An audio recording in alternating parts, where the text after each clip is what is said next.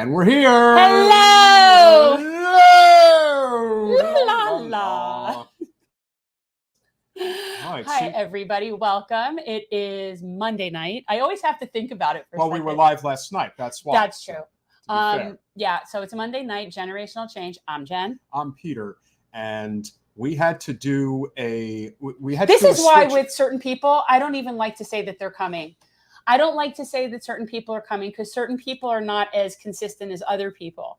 So therefore, nobody's disappointed if they're not expecting any particular person. That's how I think it is handled. Yeah, we hear that a lot. But of course, we have been wanting to get on. You know, it's funny. We have banners that list like certain guests that are on the show. And of course, there are certain guests that they have a default banner for them because we know they're going to be back. And so, of course, our good friend, Max Alvarez, has his own banner. He's part of a select few. Well, and the irony that the last time Max was on was we were talking about the railroad workers strike potential. Isn't that interesting? Potential, and basically how that was being squashed as it was. So and fortuitous. now, lo and behold, now we're having a situation, which, by the way, I'm still not convinced that this doesn't happen a lot more and we just don't know about it because of where it might happen, where it's less people see or know. So I'm not convinced that like this is such an outlier, but the location is such that, yeah. I guess that's sort of like the lawyer speak. That's what I do, Mallory. By the way, I was thinking about you. I wouldn't mind seeing you at some point. Pickleball. Anyway, no, I'm not playing pickleball. We're all going to play. I'm not playing pickleball. I love you, Mallory, but I'm not playing pickleball. You know, from the Real News Network, he is literally the eyes and ears of the labor movement as far as I'm concerned in the United States. Max Alvarez, welcome back to Generational Change. Hey, guys. Thanks for having me back. Hey, I hope I'm in the more reliable person category. Absolutely. Yes. The fact that you what do you call it? Like, no, I love the pinch fact hitting or whatever. I love the fact that it is always good to know who, in terms of like guests on channels, are like, you can't prepare like 2 weeks in advance, but on the fly, it's like, all right, yeah, I'm good tonight. I can get on board. Yeah. That's kind of what you need. Well, and it's people that are eager to share the message. Like it's people that are wanting to make a difference. So it isn't, it's like, if you have the time, why not? It's, why not spread the love? So you obviously heard the irony of that. The last time we saw you, we were talking specifically about the railroad workers. And here we are. Can't say we're too surprised. Last week we had on a couple of guys from people from the union, a journalist from there, and a driver, like one of the drivers, and specifically talking about what went wrong. And this was all preventable. It was absolutely preventable, right? And I don't know. I mean, like you guys know this, and I imagine anyone who has seen my work or perhaps caught me on previous shows will understand why my head is frankly exploding right now. And not just me, but my colleague Mel Buer has been running around doing the rounds as well. We were on last time, as you mentioned, to talk about the high stakes contract fight that was playing out over the course of last year. What a lot of people don't realize is that was actually year number 3 of the contract negotiations. So even when we started reporting on it, over a year ago, we were still 2 years late to this contract fight. Like no one was really paying attention to it. But then we started talking to more workers. I was interviewing retired workers, current workers, about the sort of like certain issues that I was hearing about on the railroads, right? So I think we mentioned last time, the first time that I interviewed someone for the Real News Network was when I spoke to Jeff Kurtz, a retired locomotive engineer who also works with Railroad Workers United in a volunteer capacity. I interviewed Jeff about a strike that was going to happen where 17,000 conductors and engineers for BNSF Railway were prepared to strike at the beginning of February last year, and a district court blocked them from being able to do that. They were prepared to strike over a draconian new attendance policy that workers said was going to make, everything worse. It was going to drive people out of the industry. It was going to hurt the supply chain because it was going to run workers into the ground. And lo and behold, that's what happened. Now, the reason I'm going into this backstory is because what Jeff told me then, and what has only become truer, with every passing day, is he's like, you need to understand this goes much deeper than one strike or one attendance policy or even one carrier. The issues that are driving so many railroad workers to flee the industry in record numbers, the reasons that people who have been on the railroads for 15, 20 years and are trying to get to retirement are considering giving all that up because they can't take it anymore, right, are all the reasons that we talked about the last time on this show.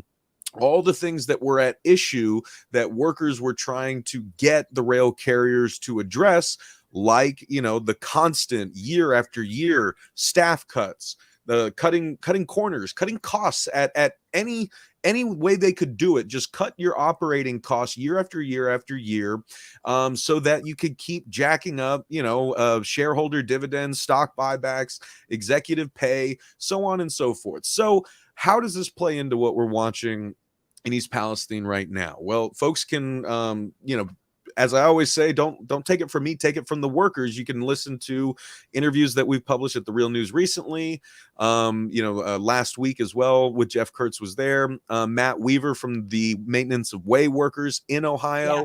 And also I interviewed Jay, a longtime dispatcher on Breaking Points, who very eerily predicted a scenario almost exactly like what happened in East Palestine when I interviewed him for my podcast last summer. And so I say all this because I know that folks who are looking for answers right now are finding piecemeal answers in mainstream media coverage. There's a lot of talk about, for instance, the braking systems on these trains. That is a big, important, issue. The fact that these 2-mile-long trains are still using Civil War era air braking systems is bonkers to me. But that's only a fraction of the bigger picture. What I really want people to understand from the jump, and then I promise I'll shut up, is that this is really the culmination of all of those grievances that workers were shouting about to anyone who would listen. And sadly, a lot of people did not listen, but they were saying, you can't just keep cutting staff across the board, because in East Palestine, you can see the result of those staff cuts. It's not just reducing the number of crewmen on the trains, because, remember, the rail carriers want to get one person operating those 2-3 mile long trains. Right. And thankfully, there were 3 people on this train because there was actually a trainee on board. There would have only been 2 otherwise. But it's not just that. It's the maintenance of way guys, the guys who check the track, right? They have been cut too. So now you have fewer people covering larger territories of track. They're not going to be able to get to all of that. I'm hearing stories of railroad tracks in disrepair around the country, but also the guys in the machine shop who are supposed to be inspecting and fixing the rail cars. We know from the initial Surface Transportation Board report that it does look like there was a bearing issue, that there was a bearing that was on fire and failing, and that's what triggered the hotbox detector just before the train derailed. So those are things that the carmen are tasked with inspecting, but because of the staff cuts, because of this Wall Street mindset that has taken hold of the industry, these guys there used to be more of them. They used to spend 5-6 minutes crawling all over those cars, inspecting every bearing, every axle, every corner. Now they basically have 60 seconds to kind of give a car a once over and say, okay, yeah, that looks good, because that is the quota they're being asked to make. And if they don't make it, they're the ones who get punished for it. And it's not just that. I can keep going. The signalmen have also suffered staff cuts. The signalmen are the ones who are tasked with maintenance of the signals, the technology that is on the track, like those hotbox detectors that are supposed to pick up whether or not you have an axle or a bearing problem. Those guys have also been cut. And so now, like the maintenance of way guys, they are now fewer people who are covering much more expansive territories. They don't have time to actually maintain these hotbox detectors. They're just running like a quick government approved test on them and moving on, right? So all of this shit is kind of culminating in this. And the thing I want to stress to everyone is that it's not just like, oh, this horrific tragedy happened in East Palestine, and now it's going to be okay. No, what railroaders are telling me is this could happen again anywhere, any second, because we have done literally nothing different yet. Okay, and here's something that also freaked me out when we had them on last week that I learned, which is quite disturbing. And this is not even a railroad thing, rail carrier thing, as much as a regulation thing. So apparently, in order for a rail or a certain train to be qualified, categorized as hazardous, there has to be X amount of cars on that train that are within that category. So in other words, if there's just one, then that train is not marked as like this was my mind was exploding with this. And I said, so you're telling me if there's just one car, because really it only takes one, and the thing is that individual car will be marked accordingly, but the entire train is not like labeled, registered in the system as it's running on the tracks as hazardous. Yeah. No, I think that's a really important point for people to know, crazy. right? Because that's where people watching and all of us as informed democratic citizens need to be cutting through the bullshit here, right? Because what these carriers will say is they'll say we were abiding by federal regulations. So anyone with 2 neurons in their brain will say, well, that doesn't seem right. So there must be a problem with the regulations. Yeah, you're right. It's because you have all of these greasy lobbyists and bought off politicians loving each other down in DC. And so they are making the regulations so scant and so insignificant. And so, I mean, I'm not going to say they're insignificant, but they are clearly not sufficient. And so you can allow a train like a 2-mile long Norfolk Southern train with this much hazardous material that doesn't have to classify itself that way. That is absurd. It's crazy. And you know what I was thinking? It's like this, to me, when I look at the railroad system, it almost seems like a really prime opportunity for us to try out employee-owned companies. And I actually think that the rail carriers should be owned and owned by their employees. And I think that might be a step in the right direction. I mean, or nationalized, but I think it would be better off being what do you think? You know what I'm saying? Like, don't you think that would be like a better scenario? Oh yeah. Yeah, definitely do. And I would point people to, because we don't even have to just think about it in abstract terms. Railroad Workers United, a cross-craft solidarity group. They are not one union. They are a collection of folks from the 12 different unions representing over 115,000 rail workers on the freight rail system, but also retirees, solidarity members. It's a really exciting group doing really important work along with the respective unions and the work that they're doing. The reason I bring them up is that they have actually put forth a proposal to nationalize the rails. And it follows what you're saying, Jen, right? This doesn't mean just like, let's have the government take it over, right? I mean, their understanding of nationalization is a much more democratic system, something that actually harnesses the knowledge and experience of the people who know this industry best, i.e. the workers who work on them every day, and letting that be, like the driving force for the changes we need to see in this industry, because the driving force for it right now is corporate greed, right? It is record profits. I was looking at this just before, and I'll read to everyone. This is from Norfolk Southern. Remember, I won't go through everything we went through last year when we were trying to kind of fill people's knowledge gaps about the rail system. I guess I would say if you guys want more of that info, go check out the last live stream that we did with Mel Buer. But there's not just one rail company, right? There are 7 class 1 freight rail carriers, soon to be 6, because there used to be like over 40, but over the past 40 or so years, the mergers and acquisitions have created this sort of multi-headed hydra. It's not a competitive industry. Every one of these carriers, like Norfolk Southern, they essentially have their own regional monopoly on certain rail lines, which is why they are able to do whatever the hell they want, because they don't have competitors. They're not tightly regulated, so they can screw over their shippers, they can screw over their workers, they can charge whatever they want, they can slash and burn their staff as much as they want, because where else, people need to move freight on the railroads. We don't have the capacity to just move move all of that onto the roads, as it were. And so I mentioned that because this is just the earnings call from Norfolk Southern, one of the major Class 1 freight rail carriers, the one whose train derailed in East Palestine, Ohio.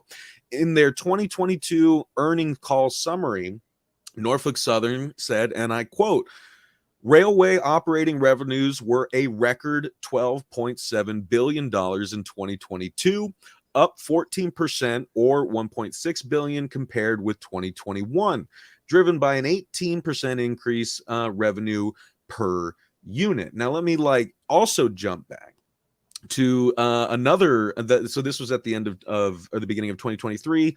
Here is an Associated Press article from May 16th, 2021 by Josh Funk, titled "U.S. Rail Industry Defends Safety Record Amid Staffing Cuts." Now, Josh, I won't read the whole thing, I promise, but Josh Funk writes, quote, "Even as railroads are operating longer and longer freight trains that sometimes stretch for miles, the companies have drastically reduced staffing levels, prompting unions to warn that moves meant to increase profits could endanger safety and even result in disaster. More than 22% of the jobs at railroads Union Pacific, CSX, and Norfolk Southern have been eliminated since 2017 alone, when CSX implemented a cost-cutting system called precision scheduled railroading that most other U.S. railroads later copied." Here's the kicker. The railroads acknowledge they have cut staff, lengthened trains, and made other adjustments to reduce spending, but they are adamant none of the changes increase dangers. Right? None of the cuts affect safety, everything else, but not safety. No. And this is how Wall Street thinks, and we are the ones who are bearing the burden of all of this. It's like Jay, the dispatcher that I interviewed many times on my podcast and recently on Breaking Points, had a great analogy for this. He said, there's a lot of there are a lot of roles that the railroads used to have filled. There's still some, but of course the staff cuts have reduced them significantly. But they are essentially there as preventative measures, right? They're there to prevent catastrophes from happening, to maintain the quality of service and the safety of that service, so that we don't see over 1,000 derailments a year like we do in this country. So we don't see catastrophic derailments, toxic derailments, like just really, really awful stuff like what we're watching in East Palestine. But the way Wall Street thinks is like, well, if we're not having this many accidents, then we can just cut those costs and cut that staff. And it's like, well, it was that fucking staff that was preventing you from having the accidents in the first place. And now that they've just been, it's like brushing your teeth. That's what Jay told me. He's like brushing your teeth. You do it, to avoid cavities, to avoid gingivitis, to avoid losing your teeth, right? But then if you just say like, well, actually, my teeth work fine if I don't brush them, so I'm just going to keep doing that. Then by the time your teeth start falling out, you're screwed, right? So that's kind of where we are right now. We have let so much of the system rot because Wall Street didn't see a need to, quote unquote, waste money on that stuff because we're the ones who bear all the costs. They're still raking it in. They're laughing all the way to the bank. We should be pissed about this. There needs to be a strike. And I feel like, what can people do to facilitate this? Like, I would love to see a situation where they were able to basically take over their company. That the workers take over the carriers, and that is just what happens. I mean, like, how do you facilitate that? Because this is absurd. It's absurd that you have to get permission to strike. And when you're told not to strike, I think that the strike should still be the strike. Like, the whole concept of getting permission to strike is weird to me. Yeah, me too. Right? Like, isn't the point of the yellow vests didn't get permission in France to go on strike. Like, they didn't ask for permit. Like, that sort of defeats the purpose. If you had permission to strike, you probably wouldn't need to strike.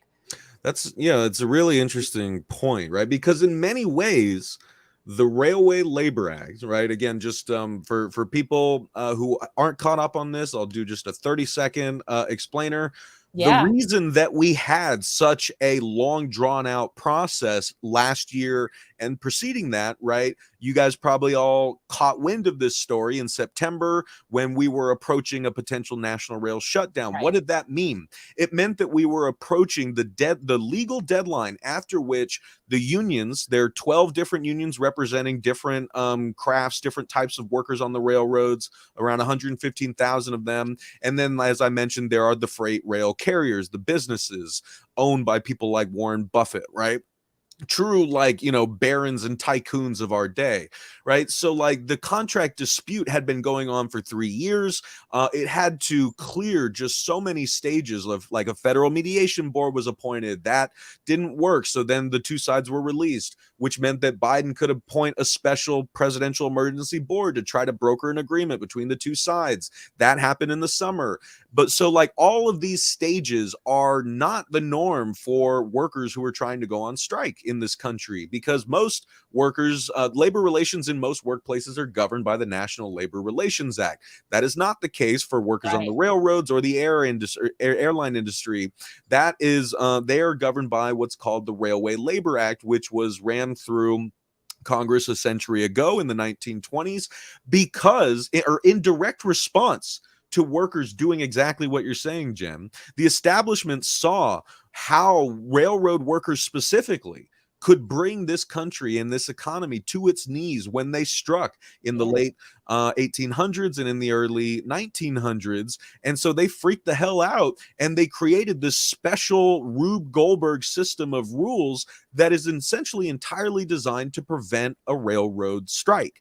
And so that is why railroad workers were so hamstrung last year, even though their concerns were incredibly legitimate, even though, like as we're seeing now, we all have a vested interest in the things that they were raising, but their legal recourse has been severely limited by this. But the point that you raise is, I think, where we need to get our heads at, because we need to understand, if we look at labor history, not just labor history, a lot of the greatest social upheavals and civil rights movements in this country were illegal at the time, right? And that's because, like, law does not dictate good. Law reflects how good is defined within a current given society.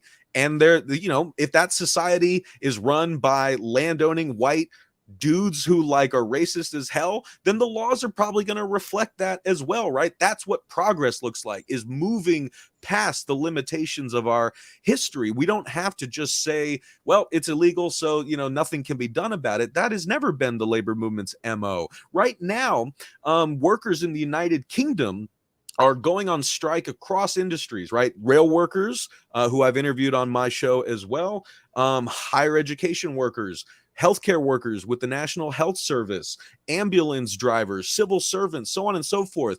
And what the Tory government is trying to do is essentially ram through a new law that would force workers to cross their own picket lines during a strike and maintain a, quote, a government determined minimum level of service in order to prevent, disruption during a strike. And disruption is the whole point of a strike. Exactly. Now, here in the United States, the Supreme Court may be about to take a hammer blow to workers' rights as we speak. There is a case in the Supreme Court right now. It's Glacier Northwest versus a Teamsters local whose number I forget right now. I apologize.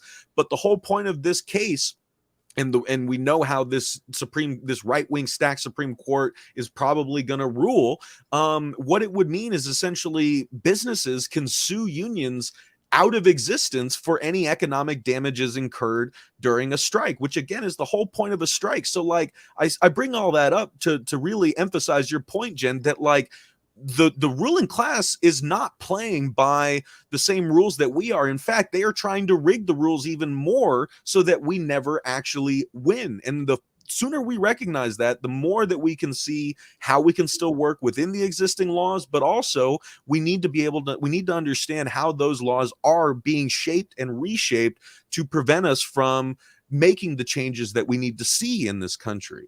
Yeah, we can't even get a serious discussion about the PRO Act. like the bare minimum, which for a state like Florida, we're right to work here. So like for us, it would be significant, but otherwise it's a pretty bare bones. We can't even have a discussion on that. Yeah, we're faced with a very difficult situation right now because, you're seeing not just how powerful these mega corporations are. Norfolk Southern happens to be a major financial benefactor to both the RNC and the DNC, even though Democrats have a very hard time wrapping that around their head. You guys are gonna turn people into the Joker, man. I'm like right there right now.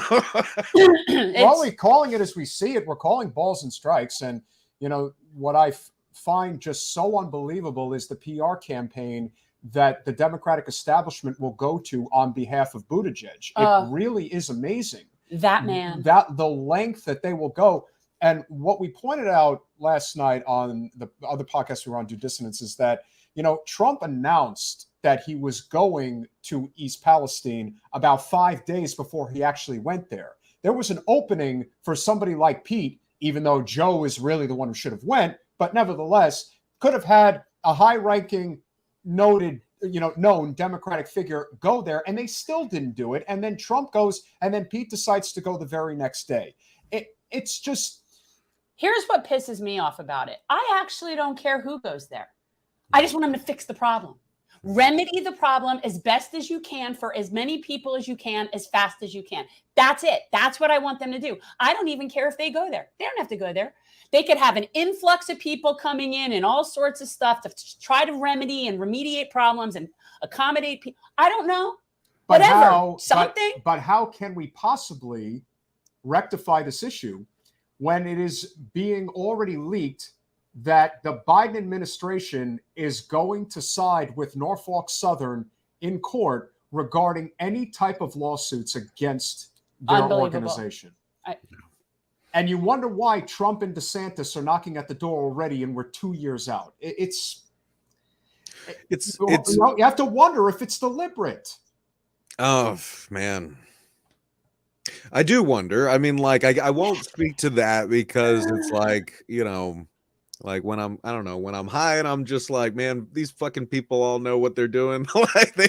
But like I guess in my sober, like sort of just kind of putting my practical glasses on. We published a great piece about this at The Real News last week by Adam Johnson, who's a co-host of the great podcast Citations Needed, also a brilliant writer, media critic. He wrote a really important piece on this about how the total failure on the Biden side specifically, but also on the Democratic side in general, aided by the failures of the quote unquote liberal media, really just like opened the door for the biggest, most like the greasiest right-wing grifters to just come in and make political hay out of it.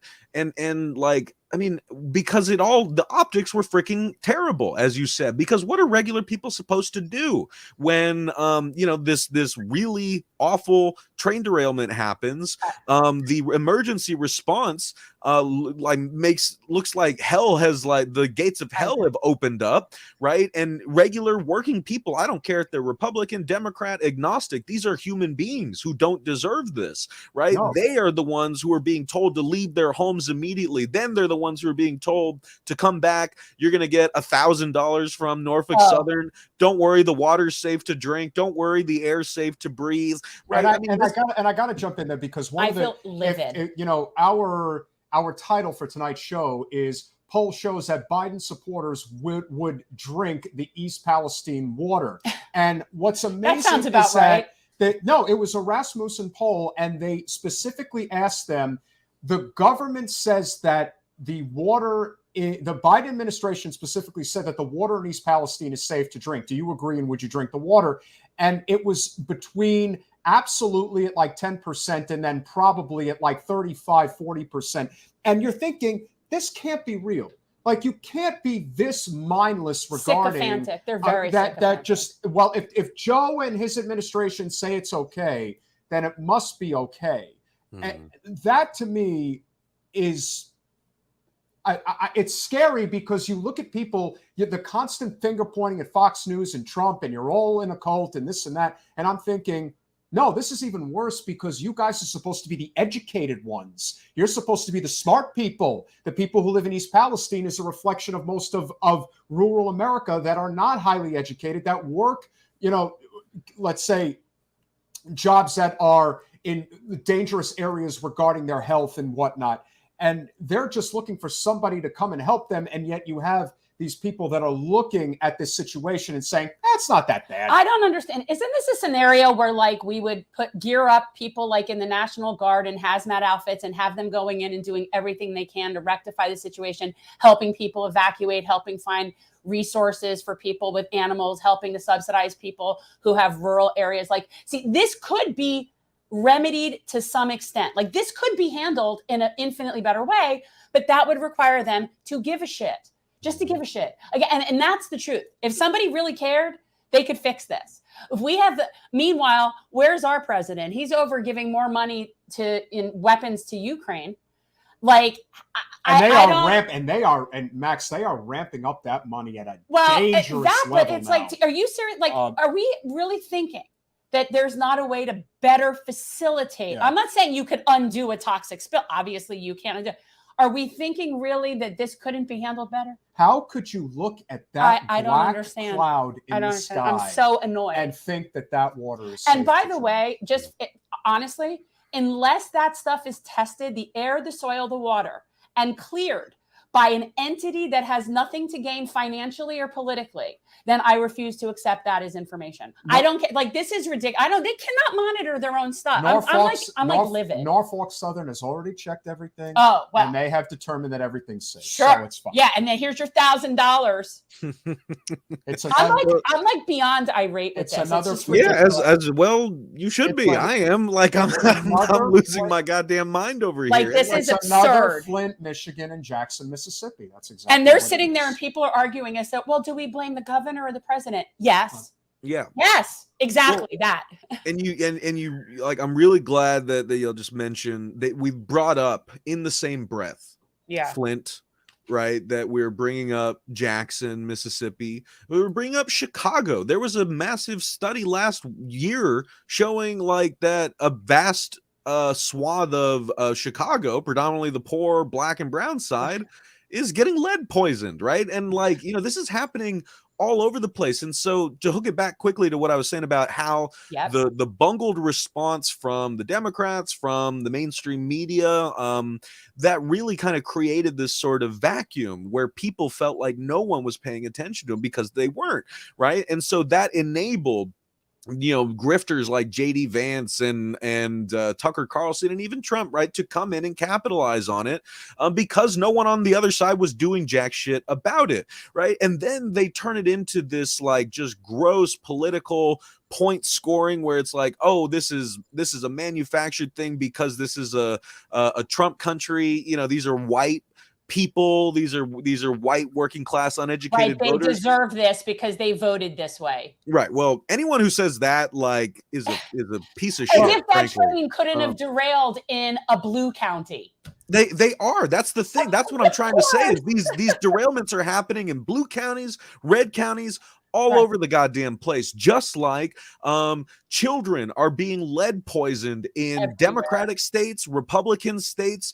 The common denominator is that the ruling establishment on the government side, on the industry side, they do not give a shit about poor and working people. They want us to die. They could care less what happens to us. That is very much a bipartisan, like consensus. We know this by now. And so when people see a catastrophe like this and they immediately, like you guys said, they immediately say, which party's more to blame for this? Like, it shows you the extent to the sort of like ideological brain rot that you have to have in this country because that's what we're taught.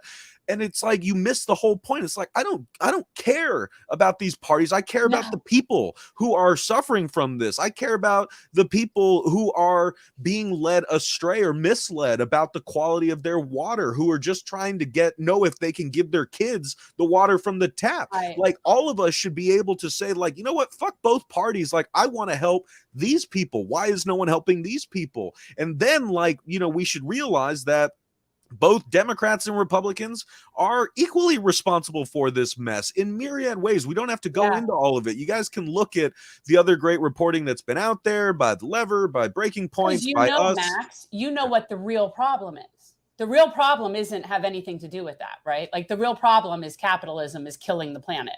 Yeah. And that's the problem. Yeah. That's the problem. And that's what it is. And that's what controls both parties. And all of it is just like this political theater, and it's ridiculous. And if anybody really cared, they could be helping infinitely more than they are. That's what I know. And the reason they're not is because capitalism. Yeah. That's what I know. I think that's exactly right. And again, like the railroads are, you know, a microcosm of that, right? Because, you know, it's we all depend on this supply chain, right? But it's, you know, these are privately owned companies that, you know, like kind of essentially get to do what they want. Again, it is a regulated industry. Like the conductors, the engineers, they have to memorize hundreds and hundreds of pages of operating codes that can change, you know, like by the day. So they're the ones who are bearing all the brunt of the safety regulations that they have to abide by, while they're also being facing just relentless staff cuts, reduced quality of life. You know, they're being they run need into to the ground. strike. Their rank and file needs to have a bigger beef with their union heads. Their rank and file needs to say, to hell with this. These people need to strike. Like they could shut down the whole country. Well, This is. I don't think that the heads of their unions are accurately representing and negotiating on behalf of their rank and file. You know, I mean, like in situations like those, it's like, I'll be honest, I never feel like it's my place to say. Right. You know, because you know, if I'm not in that union, then, you know, I really just defer to them. But I encourage rank and filers to make their voices heard, because I was like they, if a union's not working for you, like if it's feeling top down, bureaucratic, it's unresponsive to the concerns of the rank and file, then that leadership needs to go. Then you need to do something about it. Don't just quit and leave. Don't just say, oh, unions are a thing of the past, they're useless. No, like anything else, like workers are doing around the country, when they say if things aren't the way that they should be, if I'm being taken advantage of, if I'm not being listened to, then I'm not just going to quit and leave this situation for some sad sucker, whatever poor sucker comes in the door next. Me and my coworkers are going to stay here. We're going to band together and we're going to do something about it. Right. And so that's where I think the hopeful part of this comes in, is that there are a lot of workers within the rail industry and beyond who are making that step and saying, we're not going to leave. We're not going to just defer to management or, you know, the higher ups and trust them to make all the right decisions, because we see how wrong their decisions actually are. We're going to actually stay and fight and to improve this place, whether that be a Starbucks here in Baltimore, a Home Depot in Philadelphia, an Amazon warehouse in New York, right? I mean, and what I would just add to that, in terms of what railroad workers can do or should do, right, is like, because of all the restrictions railroaders have been facing, because of how easily they can get fired for speaking out, and if any one of them puts their neck out, they're going to get crushed, right? This is why it was so hard for me to get railroad workers to talk to me last year in the first place, because a lot of them would talk to me on background, but they were like, if I put my name out there, I will get fired, right? And that's still the case for a lot of these workers. And so what we need, if we want to see real change to the rail industry, we need to take this horrific, depressingly avoidable catastrophe in East Palestine and recognize that we have a vested interest in this. This is not just the workers' problem. This is all of our problem, right? And in fact, you know, these are our communities. These are our backyards. Matt Weaver, who I interviewed on my podcast about 2 weeks ago, had a great line about this. He said, these rail lines, they're not running through the backyards of the rich suburbs. They're running through your backyard. They're running through your town. They're running through working class communities like East Palestine, Ohio, right? And so like all the while that you know, these trains that because bought off politicians and corporate lobbyists are,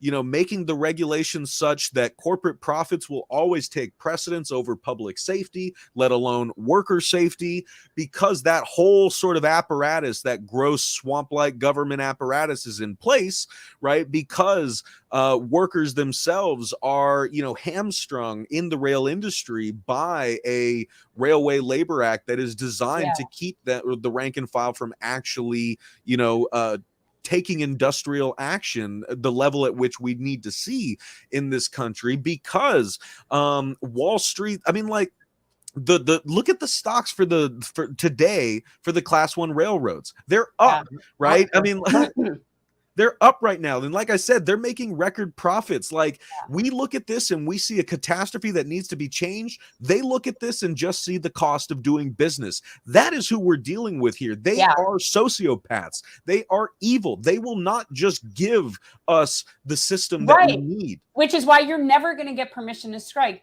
Double K, I totally know that. I know that you get fired. I know what happened to that. And I think that if that happened across the whole country and we had a real national strike, what are they going to do? What are they going to do? You could shut the whole rail system down. You know, it's like you strike because the law is unjust. So you're not going to follow an unjust law that tells you not to strike. Like, that's sort of like my point. And yes, I understand that that's the law. And yes, that's the risk. I get it. And if there's we just like the railroads are like socializing the risk of their greedy practices, we can maybe take a lesson from that. We can socialize the solidarity, right? We can socialize the defense, right? Because this is what I was telling people in November, to kind of just like bolster your point, Jen. Because look, we're all here. We're all concerned about this, right? So, like, you know, if anyone's trying to like gotcha people right now, if we're not having a constructive discussion, then what are we doing, right? So, like, if we're trying to think about how to get out of this, right? I'll take it back to late November, when Biden, Scab Joe, urged Congress to undercut the workers, force them to accept a contract that the majority of rail workers, had voted down in the months preceding. By which I mean not the majority of unions, but the majority of workers, the membership, right? Because some of the largest unions voted against it. Anyway, so like, Scab Joe and Congress forced workers to accept this deal, essentially making a strike illegal. And that strike was expected to happen, I think it was December 9th. And so a lot of people were asking me after that, are the workers going to go on a wildcat strike? They should go on a wildcat strike. And my response was, yeah, that would be great. But first of all, there's a practical caveat. There's no one picket line when it comes to railroads. They're rail terminals out in the middle of nowhere, all over this country, right? And these trains are all constantly moving, so there's no one centralized picket line for people to show up at, which already makes this a very difficult situation to negotiate if we're just talking about the workers. But on top of that, as we mentioned, there isn't just one workforce. There are the conductors, there are the engineers, there are the signalmen, there are the machinists, there are the dispatchers. These are all people who are operating in different parts of the rail system, not in the same part, right? You will get a collection of them at the terminals, but the maintenance of way guys may be like 10 miles or 100 miles out checking the track, yada, yada, yada. The philosophical point that I made to people was, if we are asking workers to take that step, to take the step that they know is illegal, that could lead to a situation like what Reagan did with the air traffic controllers, where they could get fired, or like they could get charges pressed against them, right? I mean, like, if we are asking them to put that much on the line, that much and more, right? If they get fired, they lose their pension, right? We're asking them to take a big goddamn sacrifice for this. So we should think very long and hard what we're asking when we're asking, why aren't workers going to go on a wildcat strike? And my response to them on top of that was, at this moment in time, why would they? How could they know if they can trust us, the public, their comrades, their neighbors, their fellow parishioners, right? The kid, we have kids who go to the same school. Are we going to be there for them when it counts? Are we going to be there on the picket line? Are we going to be there holding these companies accountable if they do fire these workers? Are we going to stay out as long as we need to put that pressure on? Because right now, I think we are building those muscles, but we haven't built them up enough yet. And the one example I would give is the Warrior Met coal strike in Brookwood, Alabama. Now it has the distinction of being the longest strike in Alabama history. It was 23 months that these workers were on strike. I hope folks listening to this have heard of that strike. It began on April 1st. We had one of the miners on the show. We talked with them. Yeah, no. So I was going to shout you guys out for covering it, but like most media didn't. Most media, mainstream media especially, ignored these workers because it's a messy issue. It's deep red Alabama. A lot of them are Republican. It's coal, which like is a complicated issue, especially when we all care about the climate. The thing to note there is that this is coal. The coal that they mine there is metallurgical coal. It's used to make steel. It's not used for energy production, so it's going to get mined out of the ground anyway. But the point is like beyond all that, these are human beings, 1,000 human beings, our fellow workers who went out on the line on April 1st, 2021, and been holding that line for nearly 2 years straight, facing, like I said, just, incredible odds, facing vicious union busting and retaliation from the companies and so on and so forth. Where were we during those last 23 months? Where have we been, to make sure that those workers can hold the line one day longer, one day stronger? Where were we when a court slapped an injunction on them limiting their ability to picket?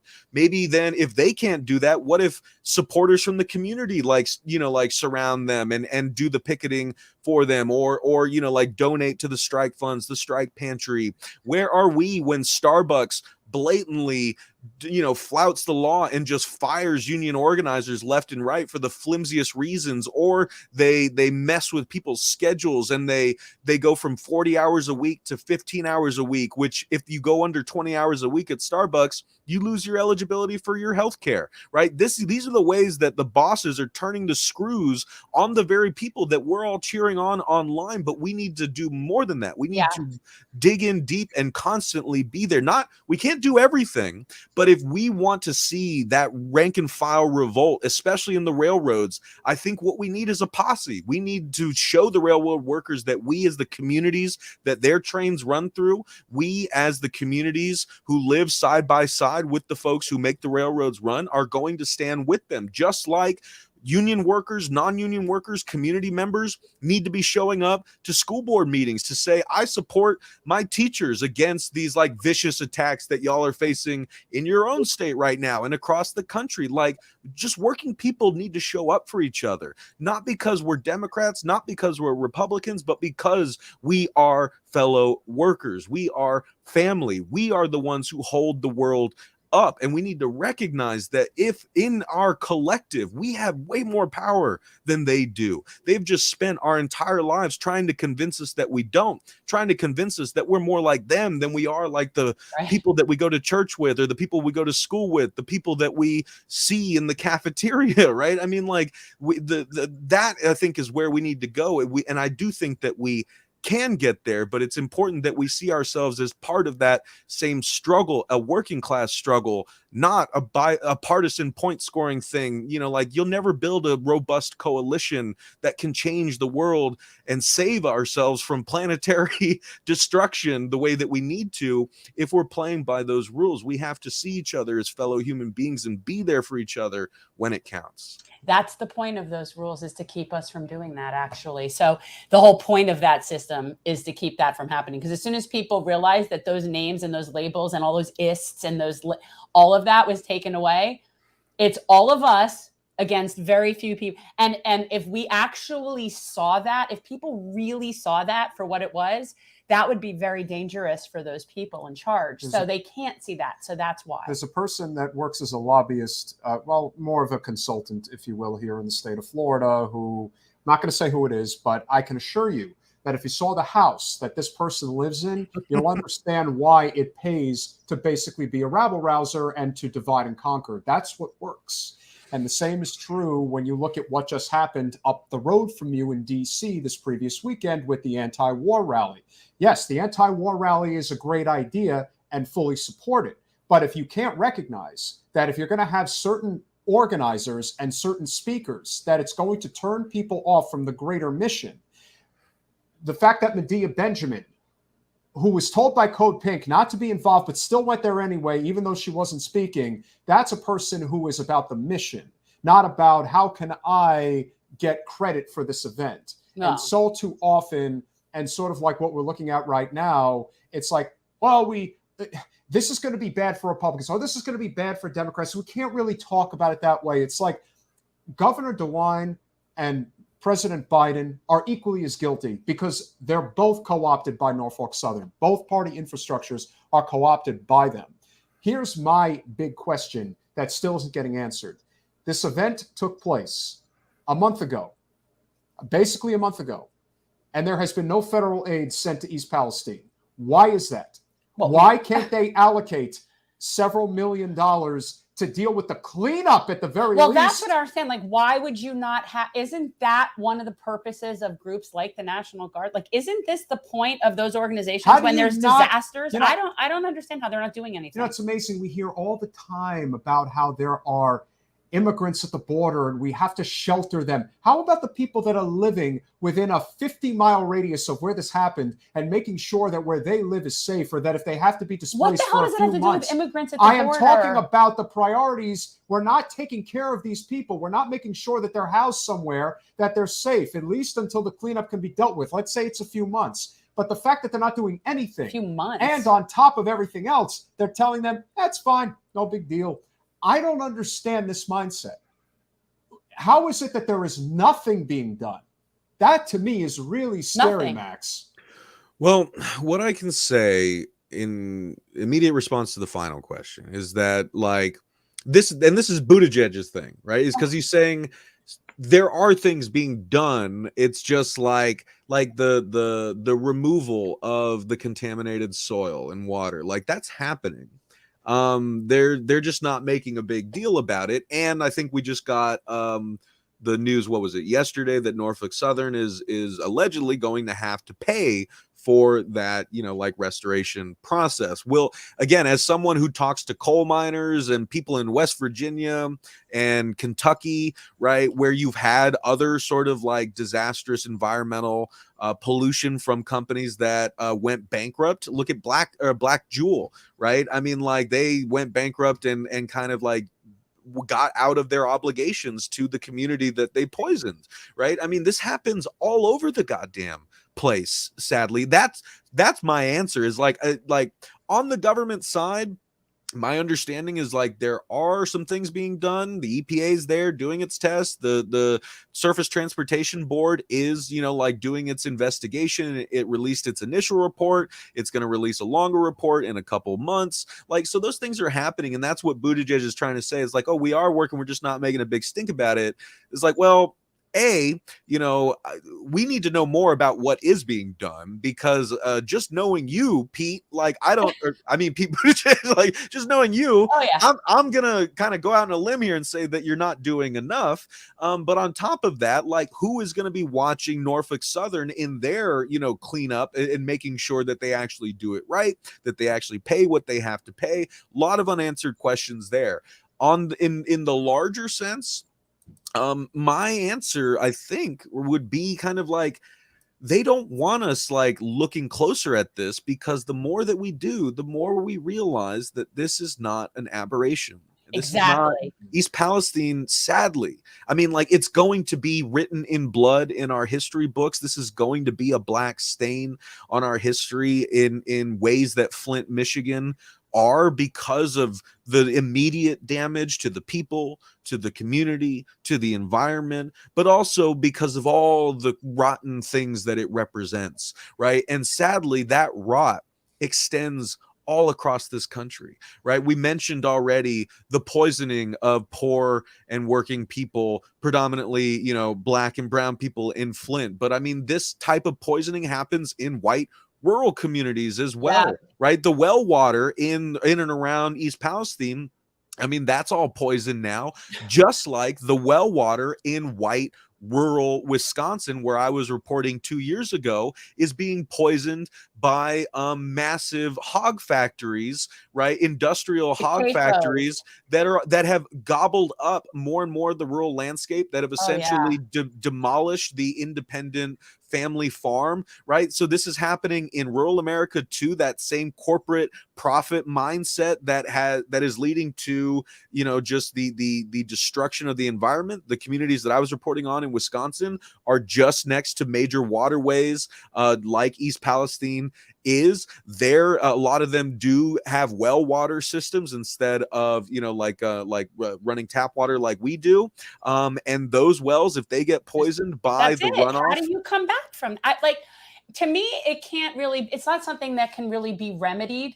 And I certainly am not going to trust them saying it is. But I wanted to, like, can we switch gears for 1 second? And Sure. can I ask you something about what the F with the migrant unaccompanied minors, and what in the, like, am I hallucinating that I just heard that there's a whole bunch of companies that have been violating child labor laws, like, just like no big deal? You are not hallucinating. Because I could have sworn that that was something that we dealt with a long time ago. Like, I really recall dealing with that somehow. Like, I read that somewhere. So what is this? How is this happening, like, so easily? I mean, like, so I would say, like, I would point people first to great reporting that's been done at outlets like the Valley Labor Report, because there was a story that broke in Alabama a couple months ago. I think it was it Hyundai, you know, that got caught. Don't quote me on that. I know it was an auto manufacturer, but like they got caught, you know, using child labor in dangerous circumstances. And so the Valley Labor Report definitely did a great breakdown of that on their YouTube channel, their radio show. You guys should check that out. But then after that, you started to see like these other revelations come out, and it's like, oh, this isn't just happening in one place. Like, this is happening all over the place. And then at the same time, the same ghouls who have been on you know, the Chamber of Commerce bootlickers, the business class lovers, right, or the bosses themselves, right, and their political buddies. These are the people who have been on, you know, corporate media nonstop for years, for the past 2 years, saying no one wants to work. If we give people, like, you know, the essential aid that they need to survive COVID-19, it's going to make them lazy, yada yada yada. Right. These are the same people who are now saying that, like, because, quote, no one wants to work, because we have a, quote, labor shortage, instead of raising wages, instead of, I don't know, you know, like ensuring that working people have the standard of living that they need to live comfortable, dignified lives, guaranteeing health care, housing, all the basic necessities, instead of addressing the real systemic issues that working people are facing every single day, what our great ruling establishment has come up with is, no, let's roll back labor laws so that we can hire children to fill those gaps, right? Or let's extend the retirement age so people can die without ever knowing rest in this country. Like, this is how, again, these people think. This is how little they think of us. They don't care about our lives. They don't care about our bodies breaking down. They don't even care about our children being sucked into these places. I want these people to be prosecuted for this. Like, people need to be prosecuted for this. But, you know, I wonder if it has something to do. Look, I'm sure there is whatever disgusting legal qualification for the fact that they're unaccompanied minors that somehow probably doesn't qualify them as getting some sort of rights. I don't even want to know what the details of that says. But, like, these people need to be prosecuted for this. I want to know, like, and this isn't just one company. This is this is like affects a whole bunch of different companies, from what I understand, that are now having, and I think Whole Foods was one of them, by the way.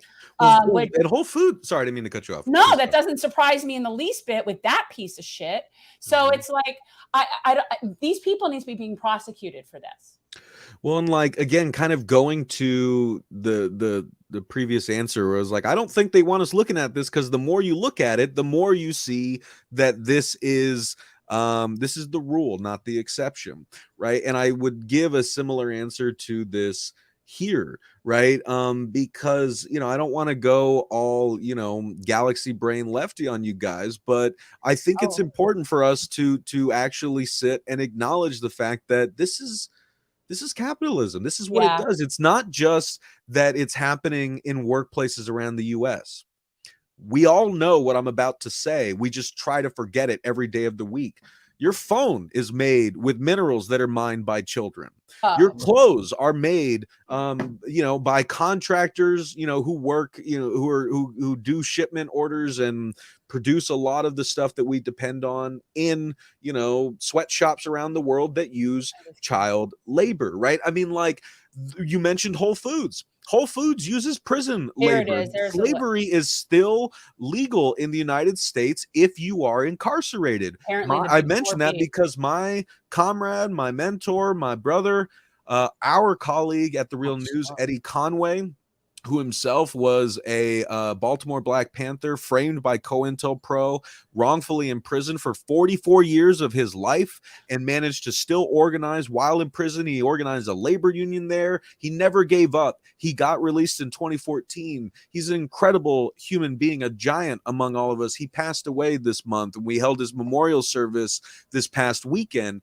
Eddie was constantly underlining this for people. He was really informing my labor coverage as well, where he was like, it's not just that bosses are trying to pay as little as they can for workers in this country, like citizen workers who can still get minimum wage.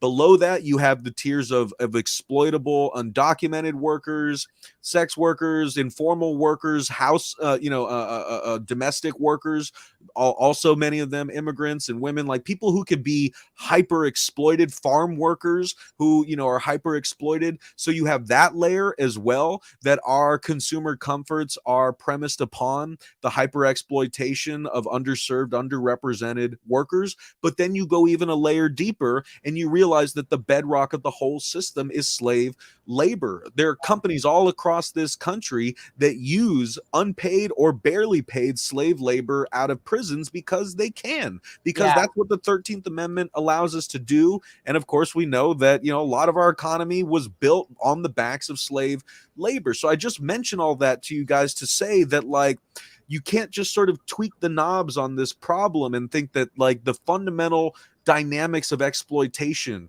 the dynamics of profit seeking, of rent seeking, the dynamics of ruling class control that are thoroughly woven into the fabric of what our society is. You're not just going to sort of fix that with one regulation or another. That doesn't mean we shouldn't try. That doesn't mean we don't fight the fights where we are, when we happen to, wherever we happen to be. But we need to not kid ourselves, not have a sort of, like, mindset that only lets us see one side of the problem, that doesn't let us connect the issues we're talking about here to the struggles of, working or enslaved, or merely enslaved children, who provide a lot of the labor for a lot of the products and services that we depend on, yada, yada, yada. Because the more that we can see that system and see ourselves in it, the more that I think we will start to see a way out. And this is the point I wanted to end on. I know, thank you for letting me talk all this time. No, I love everyone it. watching it was useful, but I wanted to end on a hopeful note. I would say to folks who are watching this, go listen to the latest episode of the podcast of my podcast that we publish. It's called Working People. The latest episode is one that I've been wanting to do for a long time, and I finally made it happen, where I had rail workers from the United States, the United Kingdom, and France all on the same call, talking about their respective struggles. Like I said, the strikes are happening in the UK. France, there's a general strike going on right now. There's a huge strike in Germany, just or an there was the anti-war rally in Germany. But Europe knows they know how to protest. They know how to get shit done. And a lot of that has to do with the fact that they have a real social safety net, which we do not have. So you just had all of them in one place at one time.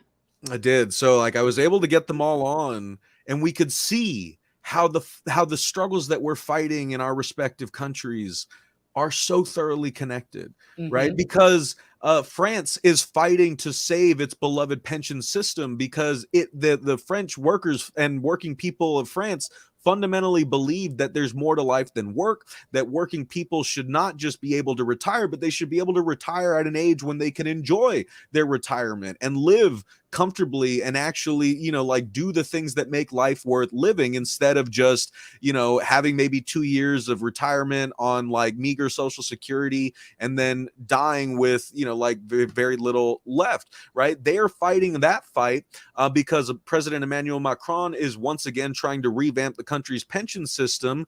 And the biggest cheerleaders of this is BlackRock. BlackRock, like one of the, if not the largest investment holder in the world. You know who the number one investor or shareholder is at Warrior Met Coal? BlackRock, right? You know what I mean? These guys are fucking everywhere. They are the shareholder Wall Street mindset. You know, they have their tendrils in everything. The whatever we want to call them, the ruling class, the 1%. I mean, like the people at the top, they are very much working on an international level. And it was great to hear that come out in the panel with all these rail workers. And we were starting to see how we're fighting, you know, different battles in the same war. And in fact, we're fighting many of the same enemies. But also we realized throughout the course of the conversation how essential it is to express that international solidarity, right? To link these struggles together. That's what really terrifies and puts fear in the heart of the bosses of the order giving class, as Professor Rick Wolf would say. So that's what I would end on. If you're mad but you also want some inspiration, you want to channel it in a productive way, go check out those workers talking to each other across the Atlantic. Feel the solidarity, do something with it, and don't just let the Norfolk Southern, don't just let Pete Buttigieg, don't let Trump, don't let any of these pieces of shit sweep this under the rug and let these issues go unaddressed. Listen to workers; they know what to do. And we got hours and hours of interviews with them published at The Real News if you want to take advantage of it. Thank you. No, I love having you on. It's so informative. You know, I'm telling, like, I knew you would know the answer, but it's just awful to me. The whole thing is awful. It's very upsetting. But anyway. Yeah, but that's why we have to keep having these conversations and building these necessary bridges. I feel furious and want people to be like sued. That's what I want. I feel like my lawyer is coming out. I can't help myself. I can't. I cannot help myself. Your rage is appreciated. It was cathartic for me. Really good, because I feel like I see criminal liability, I see civil liability, like I'm just seeing it. If only we had a representative on Capitol Hill that was willing to fight like that for workers, because right now, other than Bernie, even that it's technically speaking, we don't see it. And I have zero fucks to give. And that's the hardest reality, because a whole bunch of the progressives, if you will, including AOC and Maxwell Frost, were just over in Japan, and they were lauding the fact that they have high-speed rail and that they have these basic necessities. I'm thinking, wow, maybe if you just fought really hard. These are all the same people that got on board with fucking the railroad workers. So it's just you have to make a choice. I can't. Like, you got to make a choice. Either you want to be in the club or you want to be a moving shaker for the people. If you are willing to do that, then it's still going to be very hard to knock you out of Congress. I am sure that there have been many people over the years that have served that they have tried knocking out of Congress that they just simply couldn't do because they were popular. People love them too much. It happens from time to time. So, Max, tell me, I read your book. I read it cover to cover, and I know it has to do with work, living. Say it, and I don't have it with me, but I wanted to show you. This is the author we're having on Wednesday, and this is a really good book that I'm reading that I thought you might appreciate. Oh, hell yeah. Nice. Yeah, it's really interesting. He's looking at like the overall health of the country. We're not healthy, Max. I'm sure. I was going to say, I feel like I know. I don't want to spoil it, but I feel like I know what he's going to say. Yes, that, guys. Max's book is really good. It really is, and it's just really, and it's an easy read in that each chapter is a different worker and different I don't know. It was really good. I really liked it a lot. Thanks, Jen. I appreciate it. Absolutely. The work of living.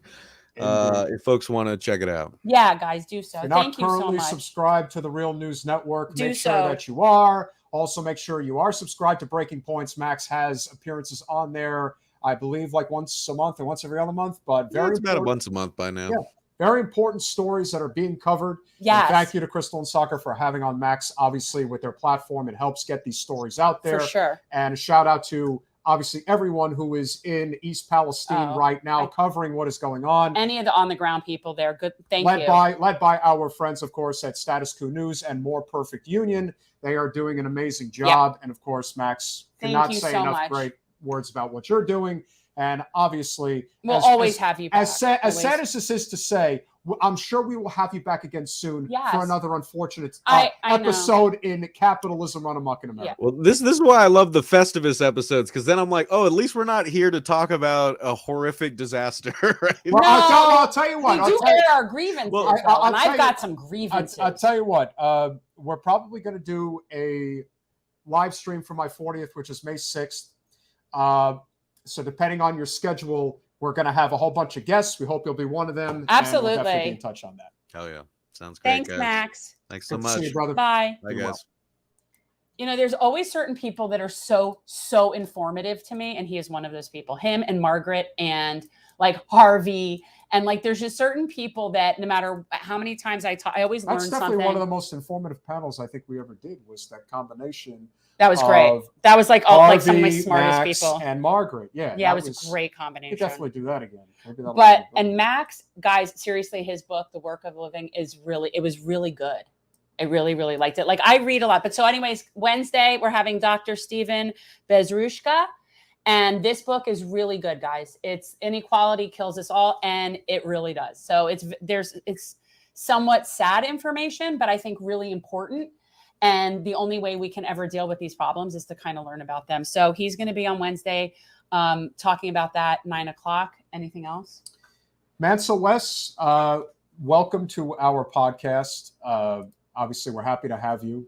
You're definitely on the conservative side, which is perfectly fine. No, I don't. Here's the thing. What you maybe perceive as government regulating business, or I think I saw Metalopoly saying that. It isn't so much that I think that I want the government regulating people's businesses. I want the government protecting its citizens from those businesses. You have to remember, there's a That's what I want. significant difference between small business and big business. Yeah, these We're are huge proponents of small railroad businesses, entrepreneurship. This What is you different. have here is the exploitative element of capitalism that has been unchecked for a very And this long is time. a system that is our national rail system. Correct. This is something that affects everybody in all states, and it affects our whole, like, it's everything in it. Like, that's why they know that if they were to strike, it would shut the whole country down. So I don't necessarily think, and when you're talking about child labor stuff, like, yeah, I don't necessarily care so much about telling that business what to do as much as I care about my government protecting that child. So I understand that you don't necessarily like the idea of telling businesses, no, you can't work young children.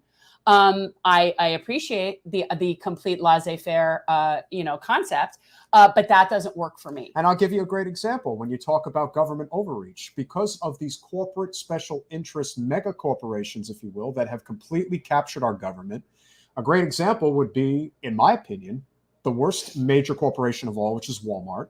And so what are they able to get away with? They're able to get away with paying a slave wage and requiring their workers to get on welfare. Right, we pay for them. Means make the government bigger so that workers are dependent, so that the shareholders get fatter and have their dividends as high as We're humanly subsidizing possible. them. We are subsidizing So it's them. socialism for them. So, You know what? Also, McDonald's is another one. Yeah. McDonald's is a place, and I know down here, one of the things that when people go and apply and they go to work at McDonald's, when you go to fill out your employee forms, they give you the form to get welfare. It's the it's the food assistance. That's it's the same thing they do at called Walmart. welfare. So the fact that that there can be businesses that are essentially saying, we know we don't pay you a living wage, so here's government assistance forms.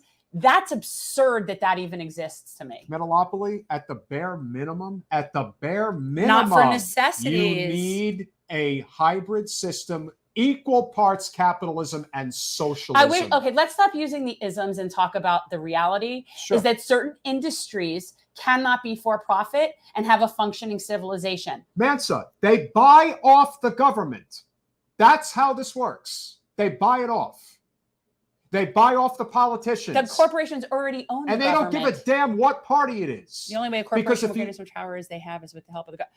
They own the government. If you need any That's the more whole point. proof of just how much this game is so easy to see, Norfolk Southern are major campaign donors for the RNC and the DNC. It doesn't matter. That's it. 6 and 1 happened on the other. So when everyone's out here fighting about these woke issues, trust me, the people at the heads of these corporations, they are laughing all the way to the And bank. the thing is that the government doesn't exist to protect businesses. The government exists to protect our rights from being violated. Not That's anymore. the point. Well, no, I understand that. But like, you don't want, Carrie's right. well, yes, they are. That of course is the predicament where I'm saying the implosion of the world by capitalism is what's happening because it went unfettered and unchecked. Certain necessities cannot be for profit. Here's another stupid argument, unfortunately, Metalopoly, but I have to give it to you because what you have to understand is that in food deserts, That's not how in that parts works. of the, let me give you a good example that no one even talks about. And I only notice this because I go to a lot of networking Wrong. events out in Fort Lauderdale and up in Palm Beach County. We need to get So Linda what on here. I can tell you is that if you drive Sunrise Boulevard, which is the main throughway to get to Fort Lauderdale, what you will notice when you get to the ghetto is that they have by far the most expensive gasoline anywhere in the county. And I ain't talking about 20 cents more. I'm talking $2 more. And these are people who can't afford to live. So let's screw them harder.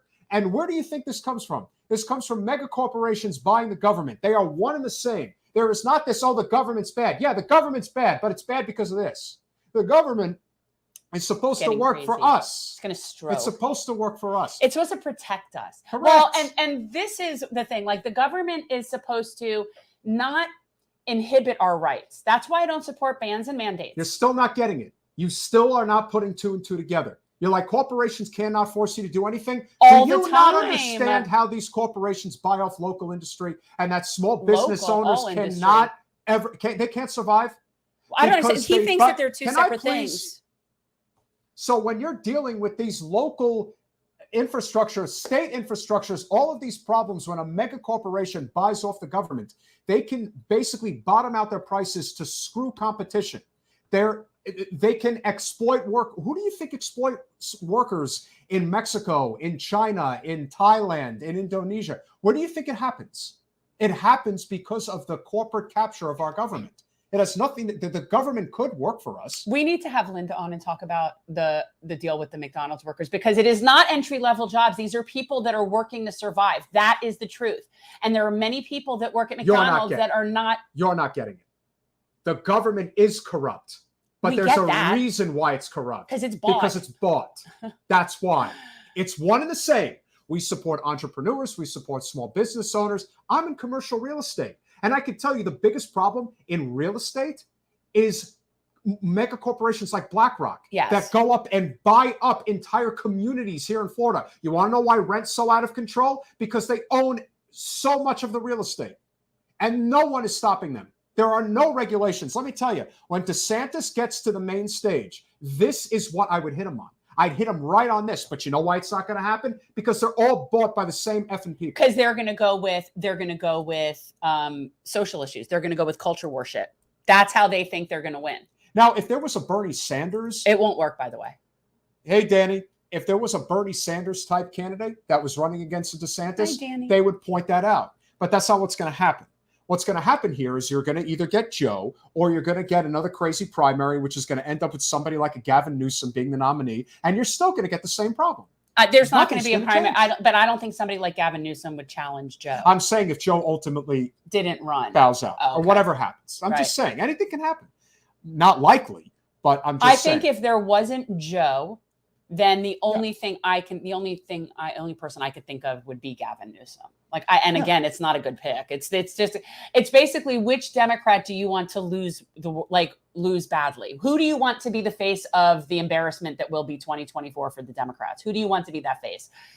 That's what that's what it's going to come down to. Metalopoly, we've been saying it all night. Or are you guys just not listening? We need a robust labor movement outside of politics to take this machine down. Right. It's the only way. Yeah. There is no other way. It has to come from labor. It has to come from the outside. And it has to be forced upon the people on the inside. You know who supports a robust labor movement but can't stand unions? Tucker Carlson. And you know how I know that? Because he said it in an interview with Chris Smalls. And that's all I need to know. Yeah, unions are corrupt.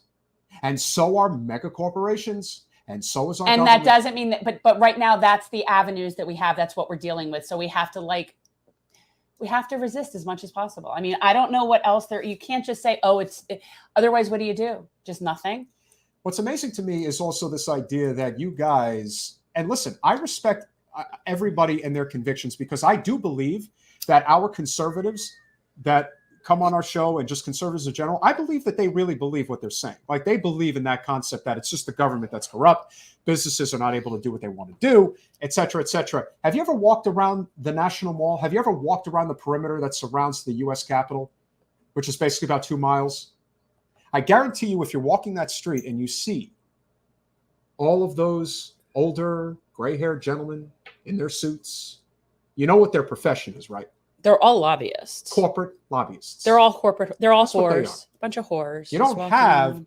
lobbyists, if you will, that are working on behalf of the people. And yet people have a problem with sex workers. I infinitely prefer sex workers to lobbyists. You I should actually, lobby for sex and workers. I would absolutely lobby for sex workers. And you know what else? They just had the strippers at that club just unionized in California. It's like the first unionized dance club or exotic dance. I mean, I don't know what the preferred nomenclature is. I'm not trying to be offensive. I'm all for anything that consenting adults want to do.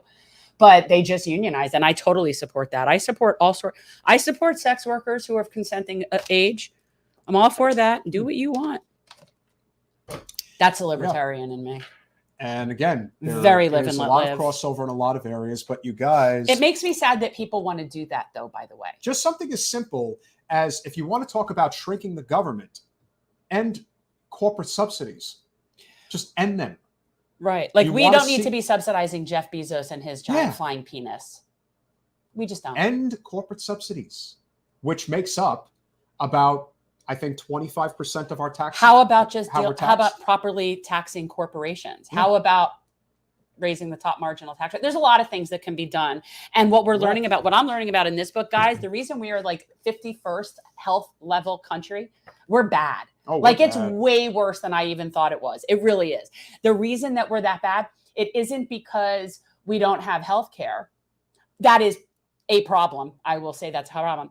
It's our wealth inequality in this country is why our health in this country is so bad. It isn't that there's poverty, and it isn't that there isn't access to health care. It isn't those things. It's the inequality that is actually killing us. And this book it's really fascinating to me, and yet not surprising. And we're going to talk all about it. I'm actually really looking forward to it. You know, guys, I take my notes. I have tabs. But it's very interesting. And this is stuff that actually starts in utero. This actually starts in utero.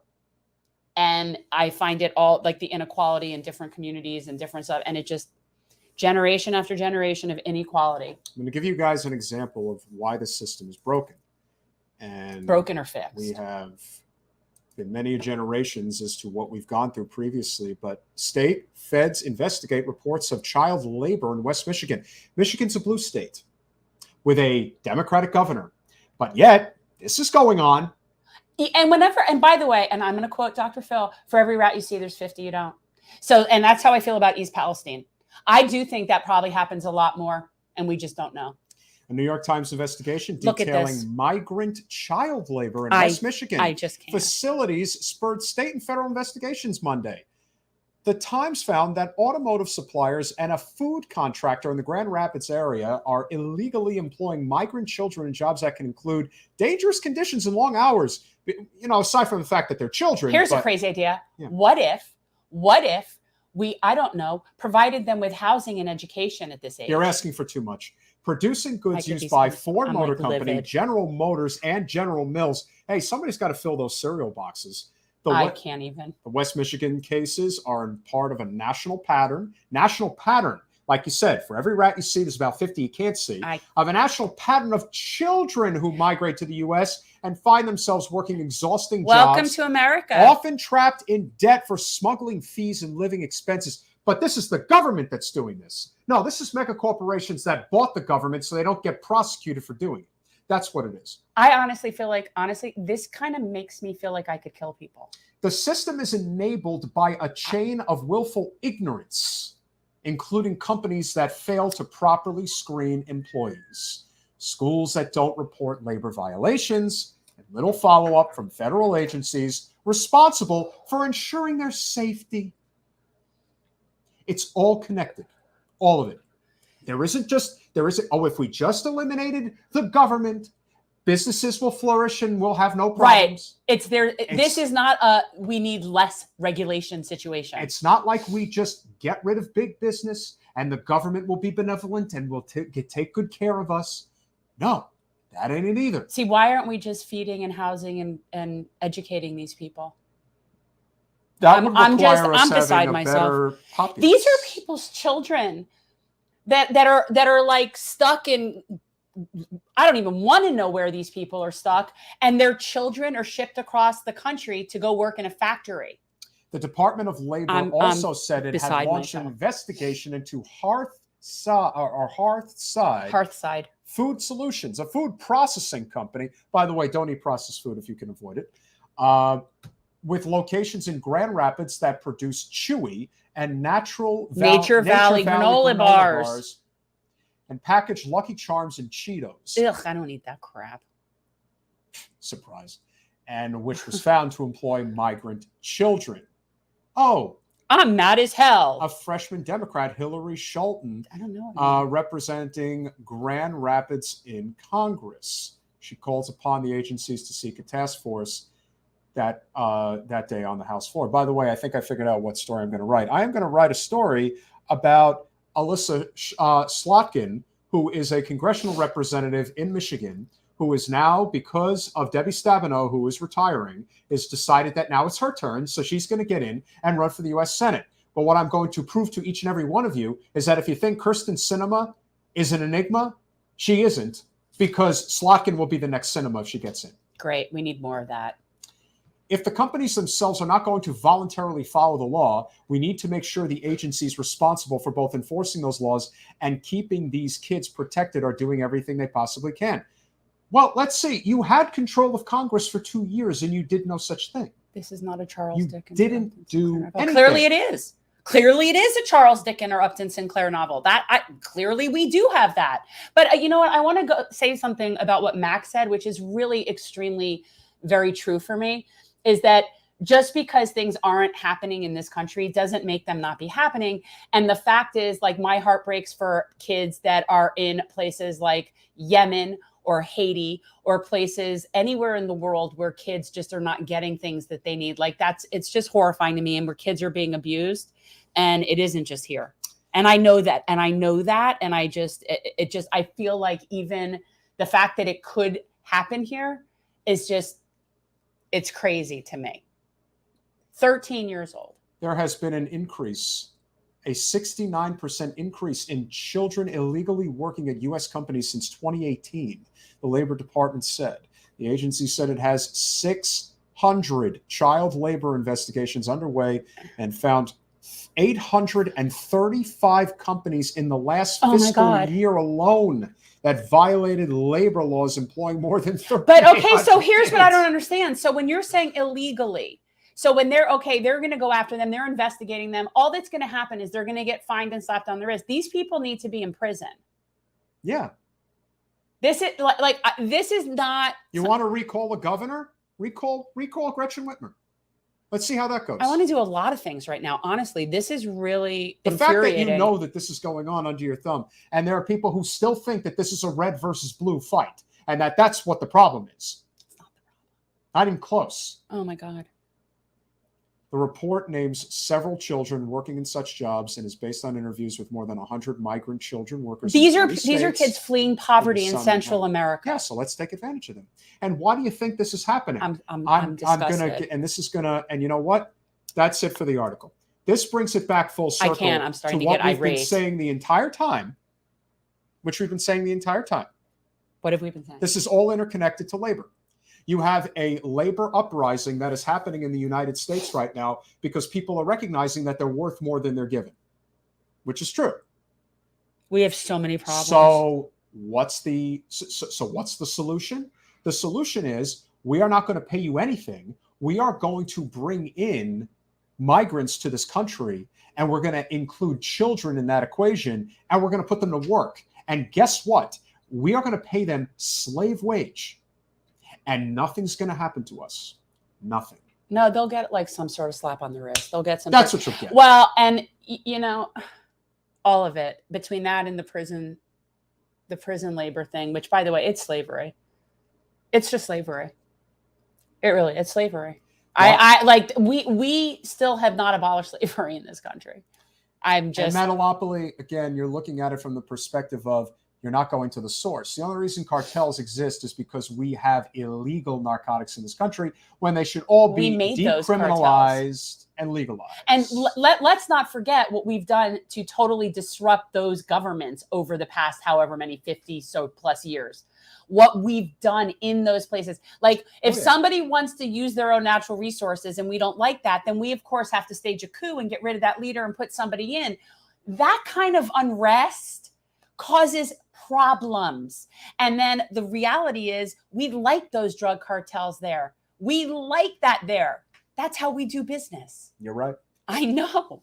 You know what's it? Back in the day when they were doing the Iran-Contra hearings, my dad actually did a deposition. My dad is a court reporter, and he was actually in a deposition. And it was something having to do, I mean, it was like really a very specific portion of that case. And absolutely, we purposefully bring in the drugs from those places. Like this is all very coordinated and calculated. And none of this is, so those cartels are courtesy of us. That's how that works. Metalopoly, you're sounding very, very ignorant now. Stop. That is not what happened. What do you mean? When you get, no, what I'm saying is when you get bad, when you get synthetic drugs on the street, what do you think is out there? Also, for a second, I thought it said Portugal because actually, no, because it actually has worked out amazingly well in Portugal. And I recognize we're not Portugal. And it isn't about legalization. It's about decriminalization. And it isn't that's not a criminal issue because it's a healthcare issue. And the fact that we do not have, just a decriminalization across the board. The fact that talk about government overreach and get out of my person. Get out of my person. Danny, thank you so much. Thank you. Really appreciate it. You're not addressing the clear issue here. It's like if you're going to pass a cannabis legalization law in, let's say, I believe you said you're in South Carolina. I mean, South Carolina is probably the most anti-worker state in the whole country. So try understanding, go talk to people who live in South Carolina. Well, I can tell you that I could probably tell you there's a very easy history behind that. And you know what? We need Margaret to come on. But I have this feel the reason that is completely connected to the demographic makeup of that state and keeping people down. Without naming any names, whoever's running for president and South Carolina being the first state in the Democratic primary, it might be wise to talk about the fact that South Carolina is the most anti-worker state in America. Let's put that front and center. And then have the Democratic Party defend it. Hey. Again, they won't even bring up the PRO Act. Like, what happened with that, Joe? Didn't Joe campaign about the PRO Act? My God, you're asking me to remember what I campaigned on? Well, I mean, no, I'm asking me to remember. I'm pretty sure he campaigned on the PRO Act, didn't he? This country's going to hell. Country's going to hell. The country's going to hell, Joe. You're leading it in a very bad way. Oh, good God. We need a lot of help. Oh, we need help. I am not in any position whatsoever to do it myself. You can't even keep your head up. I can't. I'm getting tired. Keep your head up. It's still really. You're sundowning, Joe. You're sundowning. I've told the American people that we're going to get in the way of progress. Nothing will fundamentally change as long as I'm. I get that. Thanks for that. Thanks for the crushing the railroad workers. That was really brilliant. I'm the Zoom commander of America. It's class warfare, man. But I'm not on your side. No, I know. So don't look for me for help. I wouldn't look to anybody representing the state of Delaware to help me with anything against corporations. The American people get a break. I'm looking to avoid a break. Yeah. I honestly, I don't even know. Like you're. But I can assure you that it's only going to get better. Because what the American people understand is that they got to vote for me again. No one's voting for you again, Joe. No, I'm not. Honestly, voting for you the last time is something I'll regret forever. I guess I'm just going to have to not try harder. I will regret that forever. Yeah. Not trying harder. That's the way to go. That's the way to go. Anyway, yeah. Because there's honestly. Good luck to all of you because you're going to need it. Yeah, we are. Because there is no chance I will vote for that man again. Honestly, the only thing I can think of where I might then say, all right, is if he pardoned like the people that need to be pardoned. Like if he, everything having to do with Peltier and Snowden and Assange, and if he handled all that, then I No, might I'm consider. I'm convinced. But otherwise, no, there's no universe where I'm voting. I'm convinced more and more every day that that he's not actually making decisions. He does try to sniff my hair. He's so gross. But we're in a very, very bad place. But that's why, again, it's not that we are trying to be depressing in our content. It's that it's necessary to talk about these things, because if we don't, we're never going to get galvanized and recognize that this isn't about East versus West. This isn't about how do I beat red versus blue. No. This is about how do workers come together and recognize that we've only got each other. And it is, honestly, it's also from a political standpoint of really our goal is to get the corporate money out of our system. That's what we're really trying to do here, is chip away at the corporatism. And I don't care whether people are left or right, or they're Republicans or Democrats. If you have fair representation, then ultimately things go the direction that the majority of people want. That's called a functioning republic. I'm in favor of it. If my opinion happens to be in the minority, then I got to live with other people's positions. But right now, the majority are being ruled by a minority. And that's what I have a problem with. So we're trying to fix that. And the way to do that is to get the corporate whoredom out of our government. And last thing I'd like to mention before we go, to the liberal resistors out there who think, love you, Double K, which, this? Would it be possible to have a short Q&A? Danny, you did chip in 20. I got to give you what you asked. All right. You know what? This is sort of like what you do? You perform like those girls from the Peep shows. Like my uncle used to have that place in the Tenderloin where he had the live girls and you put the money in and the screen goes up. No, but it's like he'll perform for money. Love you, Double K. He will absolutely perform for money. Hey, Metalopoly, you know what? You believe in capitalism? Throw us a few bucks. Where's your contribution for our entertainment? We entertain you. Okay, but now in all fairness, we do not know. You're freeloading on our show. That's socialism. Yeah. I've decided I'm not an ism. I have no ism. I am no longer an ist.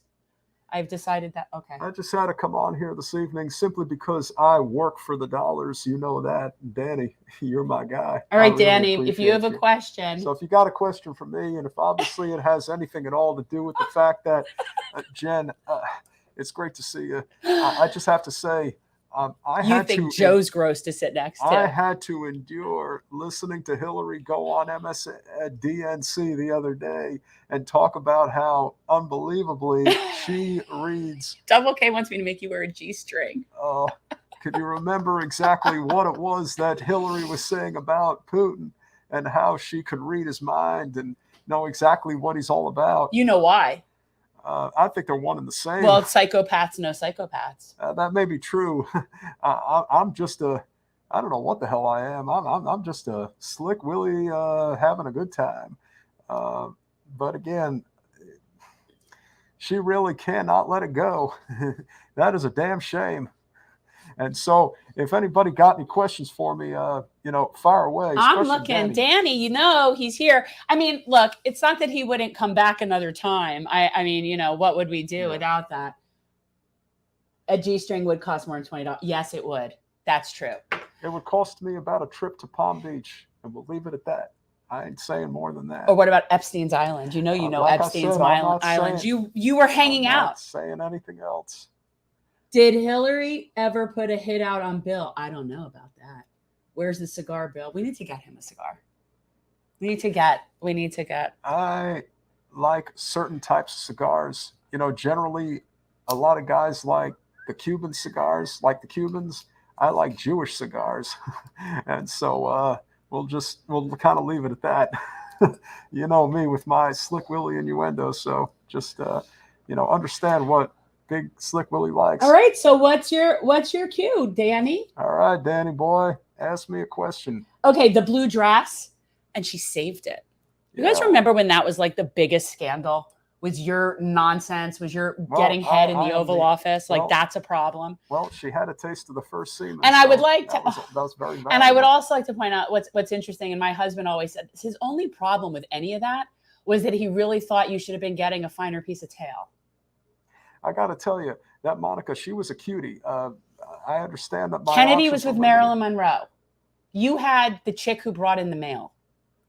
Listen, I'm just saying. Listen, I gotta be fair. I gotta give credit where credit's due. You guys are right. I definitely set the bar pretty low when it came to Paula Jones, but on that particular evening, I just needed to get it somehow, some way, and she was just there. And I made a very lapse in judgment, but thankfully she only accused me of dropping my drawers. That was the only thing that happened. Now You're that disgusting. You should be in prison. Flowers, now she definitely had a bouquet worth getting into. So it was a really gross. amazing time.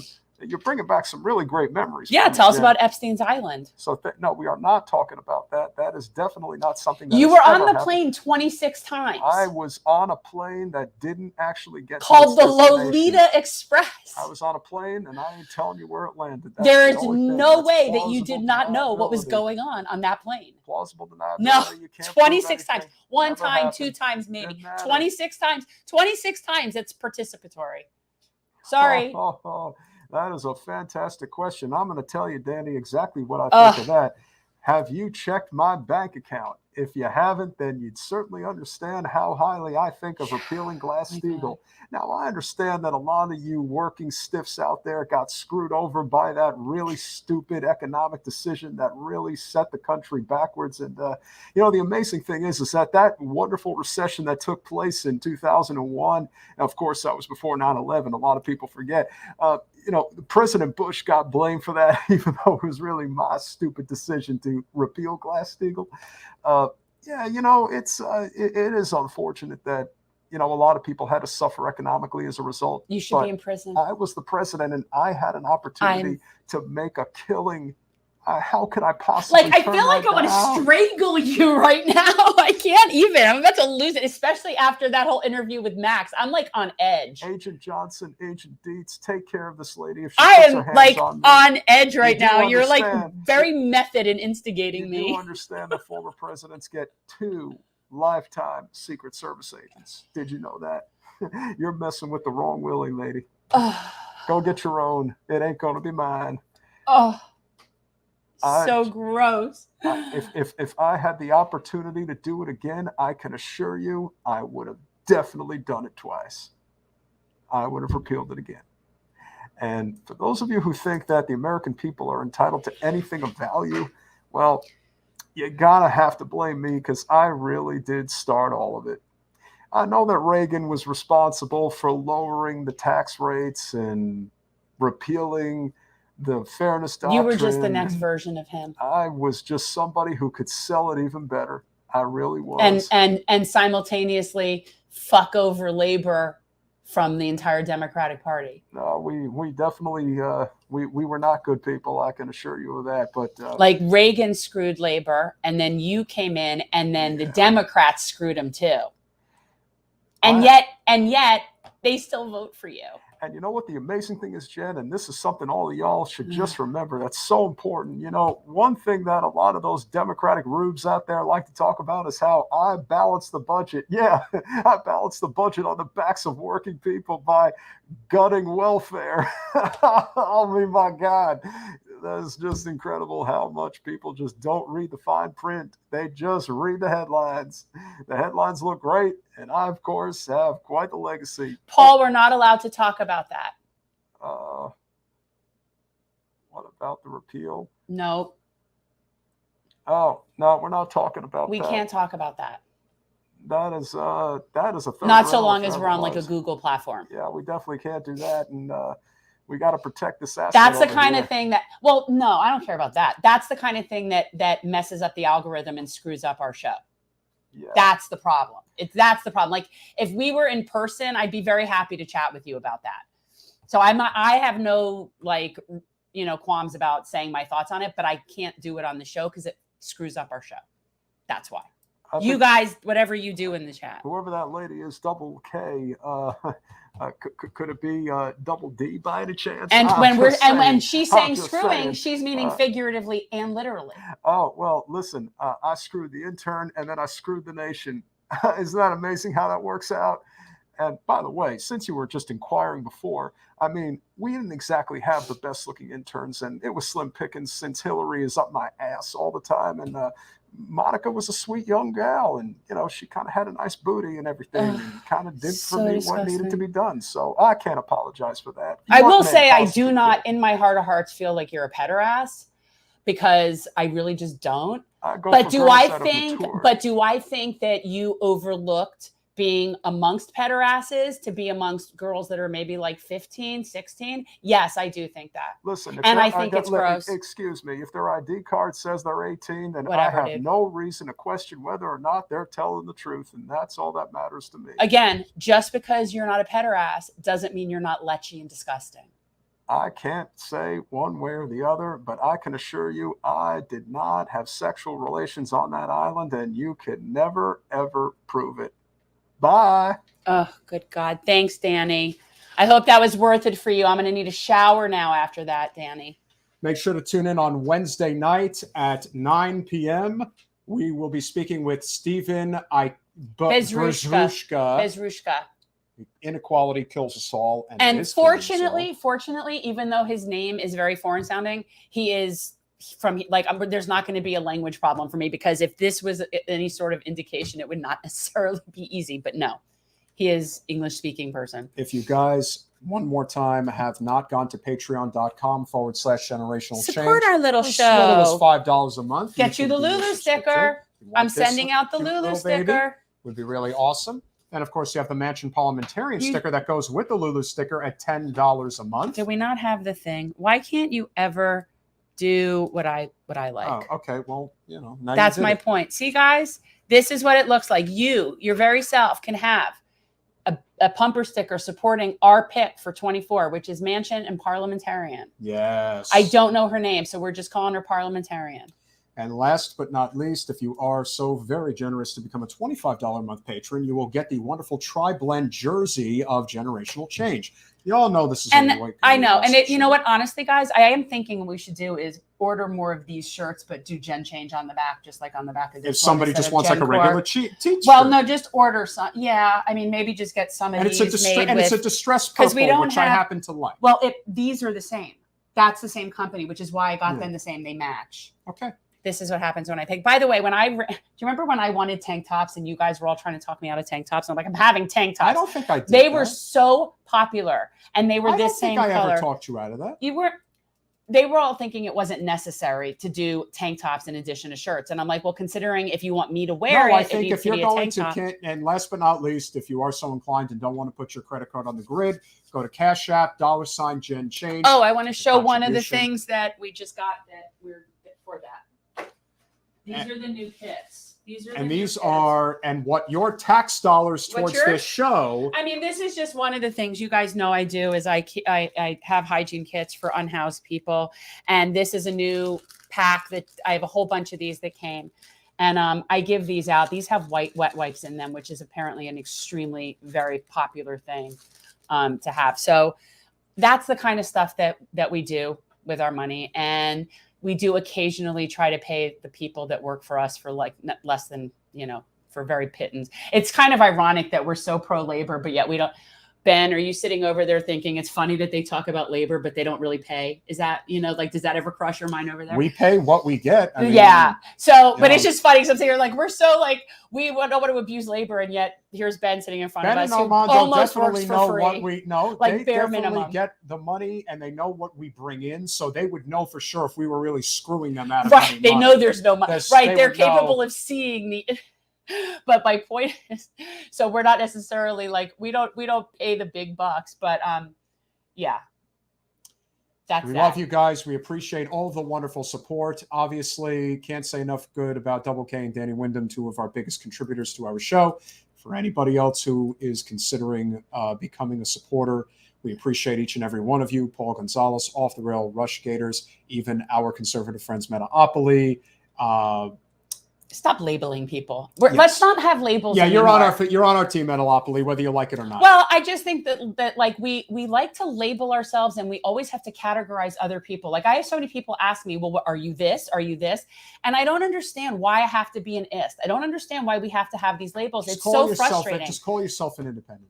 Well, I'm just a person. But I gotta tell you, I feel like we need to get away from this. We have really gotten to a point now, though, with some of the the absolute far gone Democrats. Like, if you even say you're an independent, then you're just adjacent to Trump somehow. It's like that's just even when you're talking. Then you're talking just partisan labels. I'm talking just in general labels. Yeah, and whether or not I'm a socialist or a communist, like, why do we need to have labels? Are we so like, are human beings? And I know the answer to this is yes. Like, we're so basic minded that everything has to be a dichotomy.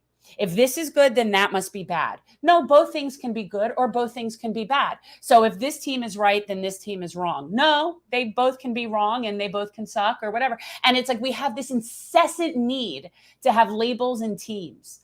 And I find it incredibly frustrating.